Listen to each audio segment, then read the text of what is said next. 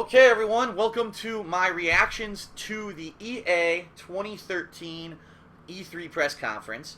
And I literally just ended on TV a couple minutes ago. They've got 11 games that they talked about in the conference that I'm going to be talking about each and every one. And I think it's going to be pretty interesting. It was actually a really good press conference, in my opinion. Somehow revealing certain things that people have been alluding to or rumoring and finally confirming them, although not really giving too much solid information in regards to release dates for some cases. But I digress, and we'll talk about that. So let's get started. 11 games, and that's good because we were worried, you know that when it's EA, they always have EA Sports, and every year they have 20 sports games that come out. So at least you know, if they're announcing 11 games, that there's going to be a chunk of those that aren't sports games, and that's good. So the first game that they reveal, a little bit of a tease, for first-person shooter games, because the promo starts running and it almost looks like it's going to be Modern Warfare or Battlefield. No, it ends up being Plants vs. Zombies Garden Warfare. So what this is actually an official console game. It's not just a mobile game that was ported to consoles. It's a full action-filled third-person shooter game with plants and zombies and all that. And so they did a demo gameplay with the plants. And it was pretty good, in my opinion. Actually, even though it's probably the least serious of all the games that they showed off in their press conference, it actually is very lighthearted. It was clever, kind of funny. They showed a boss wave disco zombie, and he's a zombie coming out with a disco ball and a big afro, and he's dancing around. It was pretty interesting and pretty fun. It looks like one of those games that you could probably play addictively for hours and have a hell of a lot of fun, even though it's not something to be taken too seriously. So definitely looks like a good game. The thing that got me, though, is that they didn't say whether or not this was going to be, say, a full-fledged retail release game for $60, or if this was going to just be like one of those $15 Xbox Live / PSN arcade games. And that's really where I think it's going to be divisive. If it's a $15 game, I think a bajillion people are going to buy it and play it. If it's $60, I don't know if I'd be willing to pay a full $60 price tag for a game like that, especially because, again, it's one of these games, there's not really a story. It's kind of a, quick and easy fun. It's not necessarily something to be taken super seriously. Would I want to pay a lot of money for that? And that's the question. But it looks good, and I was excited. And it was actually kind of funny because the guy that actually presented it said, oh, and by the way, later this year, Peggle 2, and he jumps and does a split in midair or whatever, like he's crazy happy, and no one in the crowd reacted whatsoever, or at least the audio was to the point where you could hear the crowd. I don't know, but it was just funny. The guy overacted for it, and everyone was like, okay, Peggle 2, woohoo. Next game that they showed was Titanfall by Respawn. Now, if you don't know who Respawn is, these are the guys who actually started the Call of Duty franchise, so they're back with Titanfall. What they're basically saying is that this game is unique in the respect that they didn't want to make just a mech combat game or just a first-person shooter, but it's basically they've combined the two styles of gameplay, and it's very varied in that regard. It did show a lot of gameplay. The gameplay does look kind of interesting if you're into, shooter-type games. It looks pretty good. The interesting announcement, it's only coming out for Xbox One and Xbox 360. It is not coming out for the PlayStation 4, so this is a Microsoft exclusive game. They also mentioned that it is coming out in the spring of 2014, so pretty good. It's not too long of a wait for that game, and it does look like a pretty decent game. It was kind of funny because the audio was fucked up for the entire press conference. Apparently what they kept doing is turning the guys' mics on backstage prematurely, and so you could hear people talking backstage and mumbling during the trailers playing. To which I'm like, it's good to see that EA is professional with their press conference and that people aren't just sitting there dicking around when the actual stuff's playing. They're paying attention.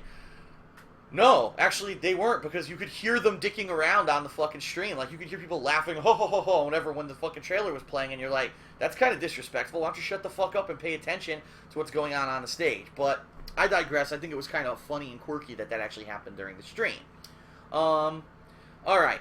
So then they start showing off the Frostbite 3 engine. They talk a little bit about it, and they talk about there will be games running on this new Frostbite 3 engine on the Xbox One and PlayStation 4. Of course, they don't really talk too much about what's new about it, just that it's the best graphical engine ever, blah, blah, blah. And then comes the reveal that I don't think anyone was expecting, because apparently there were rumors that LucasArts employees, or I guess I should say former LucasArts employees, were in the house. If you haven't heard the story about what's been going on, LucasArts is a game development studio that's been around forever. They made some of the most classic games in many different genres, including games like Maniac Mansion or Day of the Tentacle back on the PC, and just recently Battlefront 1 and 2 for Star Wars, The Force Unleashed, those kind of games for Star Wars. So they were in charge of the Star Wars franchise, but it was just announced that Disney decided, who just recently bought out the Star Wars franchise, by the way, recently decided that they wanted to do away with the game studio. So everyone's like, wow, what the hell, really? Well, it was a huge announcement. Star Wars Battlefront is back. It's coming back. Now, they didn't show any gameplay or anything. I'm almost assuming that since this just happened with LucasArts, that maybe EA just picked up the license to start doing these games. But it was a huge announcement. Everyone was like, yes. You could hear people in the crowd like, yes. And it's true, because the Star Wars Battlefront series was a series that I really feel was terminated prematurely. There were only 2 games. It was an amazingly fun series where you could play as different characters in the Star Wars universe in a third-person shooter environment. It was multiplayer. It was fun as hell. I don't understand why they never kind of went back to it. So now they're announcing, yes, it's coming back. Thank God. Everyone wants to play Battlefront, and it is coming, but there's no information on a release date or anything like that. Okay. So the next announcement. Need for Speed Rivals. And so they're showing all these cars and whatever. They don't really talk too much about the game in the trailer, but then they actually did a really neat live demo where one person was playing single player as the racer, one person was playing single player as the police, and then some point during the game, their games, because both their consoles were online, actually merged them up and had them started playing. Now, I'm assuming that that's optional. You don't have to do that, but that's kind of unique where you're playing in a single player campaign, but it'll actually pit you against characters that are controlled by other people, essentially making it a multiplayer campaign. That could be pretty neat. They actually call it the all drive system, that pop in, pop out gameplay feature. And it was interesting that the demo was running on PS4. It was the first time you saw people playing on PS4 gamepads. But to be completely honest, this demo's running, and at first it looks neat, and then it kind of drags on, and you're like, do something. So this is boring. Like, it was just like them driving. No one was crashing. There really was nothing going on. And I'm like, this is kind of really boring. I wish that they would crash and show what would happen during that. I don't know why they chose not to do that. And that's kind of funny about all the demos that they show at E3 is that when they run these demos or they do these demos on stage, no one ever fails. No one crashes. No one gets shot. No one gets hurt. And it's like, well, that's not realistic. Maybe we actually want to see people doing that so you can see what the game is like. And I don't know why they don't do that, but I guess they figure the best way to show their games is a perfect fucking run. Whatever. So they show that, and then actually, to surprise everyone, Jesse from Breaking Bad, that's right, he's going to play the lead in an upcoming Need for Speed movie, and they ran a Need for Speed movie trailer. Now, obviously, if you're at E3, you're here to learn about games. Why they're running a movie trailer, you could probably be kind of suspect and say, what the hell, why are they doing this at E3? That's really stupid. But I understand it's EA. They want to push all their products. This is a product of theirs, even though it's not a video game. It's their game license that's in this movie, and they obviously want to get some knowledge about it out there, so I understand why it was there. The next big announcement, Dragon Age Inquisition, and they actually showed a trailer for it, and I believe it was Varric, the dwarf, who was actually in the trailer, and I believe a character who was actually from Dragon Age 1, or Dragon Age Origins, whatever it's called, which prompted everyone in the stream chat to ask me to play Dragon Age Origins now so I could get ready for Dragon Age Inquisition. They announced that the game is actually going to be open world. And it seemed to be a theme, a running theme, that a lot of the games these days are now going open world, and it may actually just be this common thing that now that the Xbox One and the PlayStation 4 have such powerful engines and such powerful graphic capabilities, maybe all games are going to end up being open world from now on. I don't know. I guess we'll have to see, but it seems to be a common theme running already through E3. They do announce that it's coming out in fall of 2014, so they're still working on it. It's going to have about a while before it comes out, but it's good to know that it's in the works. Then this is where the weird stuff started happening, all right? They go, EA Sports. All right, so everyone's like, okay, if you're not interested in sports, you can take a potty break. EA Sports, you know there's going to be a bunch of games they're going to talk about. So the first one that they talk about, they have a guy come out and start rapping. Now, it wasn't like anyone that I recognized, but then again, I'm not exactly into that kind of music, so I probably wouldn't have recognized him if he was anyone. But he's rapping about release. Sometimes you gotta let go if you love something, and then it'll come back to you. So what he's talking about is NBA Live, which hasn't been made for a few years, and so the series is coming back, and it shows actually a simulated version of Kyrie Irving dribbling around, dribbling the ball, and then of all things, you hear, again, remember I said that they have the mics, they're turning them on too early, so they turn someone's mic on backstage too early, and you hear someone go, go, go, go, Kyrie, go, go, go. So then Kyrie Irving comes out. It was pretty funny, though, just to hear the guy, go, go, go, during the press conference. It was very unprofessional, the whole way this was set up. So Kyrie Irving comes out. He's coming out. He's talking about how it's very important to be able to control your ball during a game, and the dribble and the ball handling. And then this guy comes out and starts interviewing him about basketball, and he's talking about, oh, there's a new ball handling engine. It's called like Bounce Tech, and you're going to be doing this and that in the game with the balls. And it's all about the balls, and you're touching your balls and all kinds of shit about the balls, which prompted people to just be like, not that. Oops. Not that. God damn it. I thought I put it. That's not it either. Get on with it. Yes, get on with it! That would have worked a lot better if I clicked the right fucking button, but I didn't write down which one I put it on. God damn it. So anyway, it's all about ball handling, and everyone's just like, fucking shut up and move on and talk about something else. No one cares about ball handling, alright? And this was the beginning of a pattern for this press conference where from now on, literally every single game had some weird fucking catchphrase that they talked about something, and we're going to get into that. So it's all about ball handling, blah, blah, blah. So then they go move into Madden 25. It's the 25th anniversary. There's been 25 different Madden games. And they're like, oh, it's going to be revolutionary because we're going to have the most realistic things, and the players are going to be act like real people, and the graphics are going to be amazing, and it's going to be this and that and this and that and this and that. Oh, it didn't reset. Son of a bitch. Yes, get on with it! God damn it, it's failing every time I try to do it. But anyway, it's like, what the fuck, just shut up. We know what Madden is. You're not adding anything new to the game this year. So there's no point in even showing this. Like, just shut up and move on. So they did. They shut up and they moved on. So then they're talking about FIFA 14. And of all people, Drake the rapper comes out. And he's like, oh, I travel the world, and everywhere I go, people know FIFA. It's like, who the fuck asked Drake the rapper to be here to talk about fucking FIFA of all people? Get this motherfucker off the stage. It's just so weird that they pick these weird celebrities to like represent their games, and it's very, very peculiar, very weird. So he's talking about it. Then, of course, now they talk, oh, we've got all these new features in FIFA 14. It's called Elite Technique Technology, where the ball's going to move uniquely, and basically your characters are all going to have AI that's really simulated towards real people, and everyone's going to be realistic. And you're like, what the fuck? Shut the fuck up and just... That didn't work. Again, it failed. I guess you got to make the whole clip play. Get on with it. Yes, get on with it!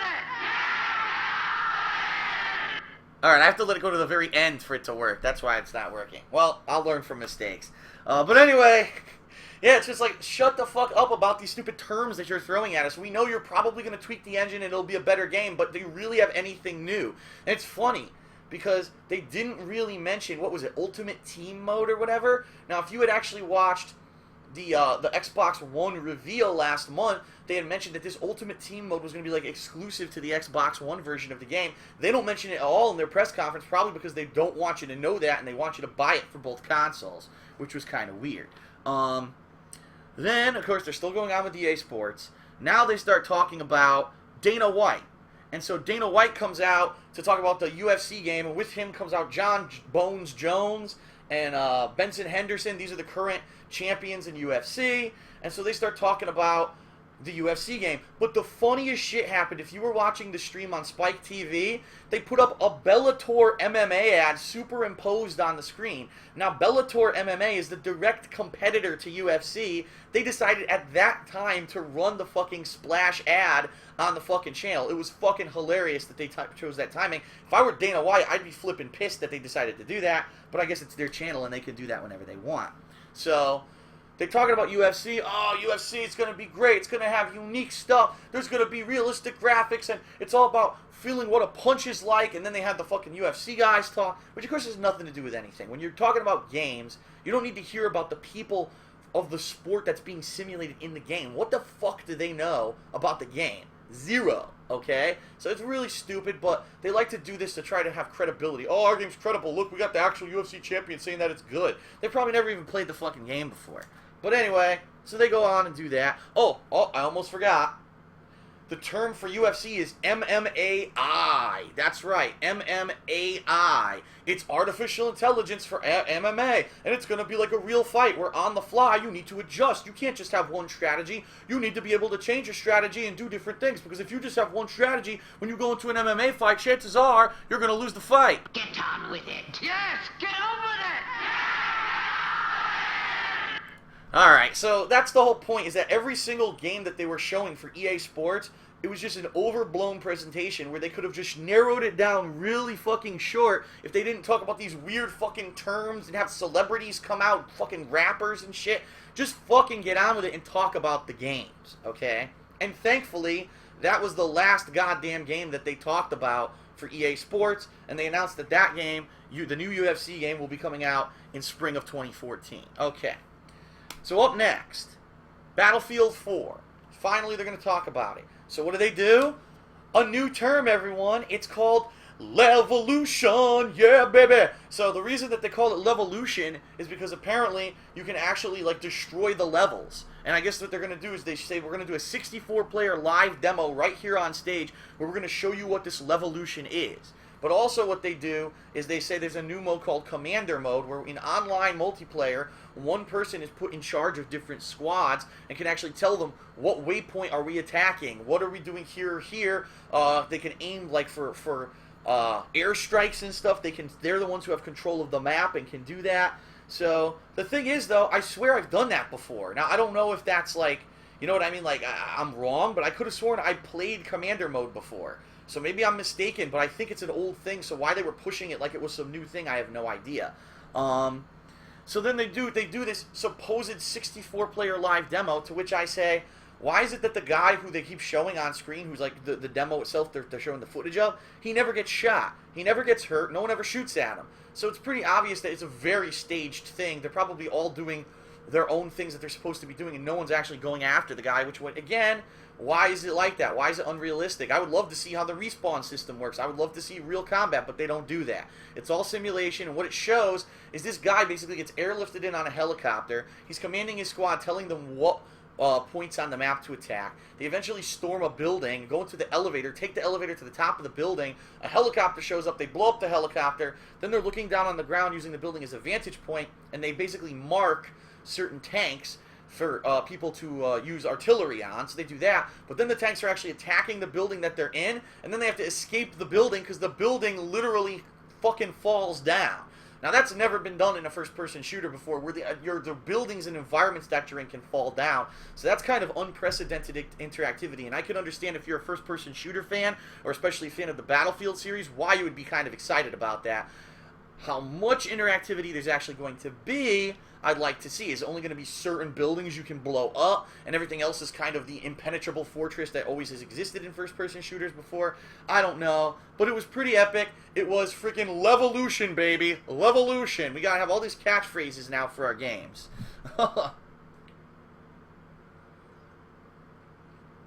Okay. So, next up, they actually talked about, oh yeah, one more thing before we move on. I couldn't believe it. They got a guy with a fucking smart glass, and he's going, oh, playing the airstrike by using the smart glass. So basically every game that they've shown that uses the smart glass, it's used for cheating.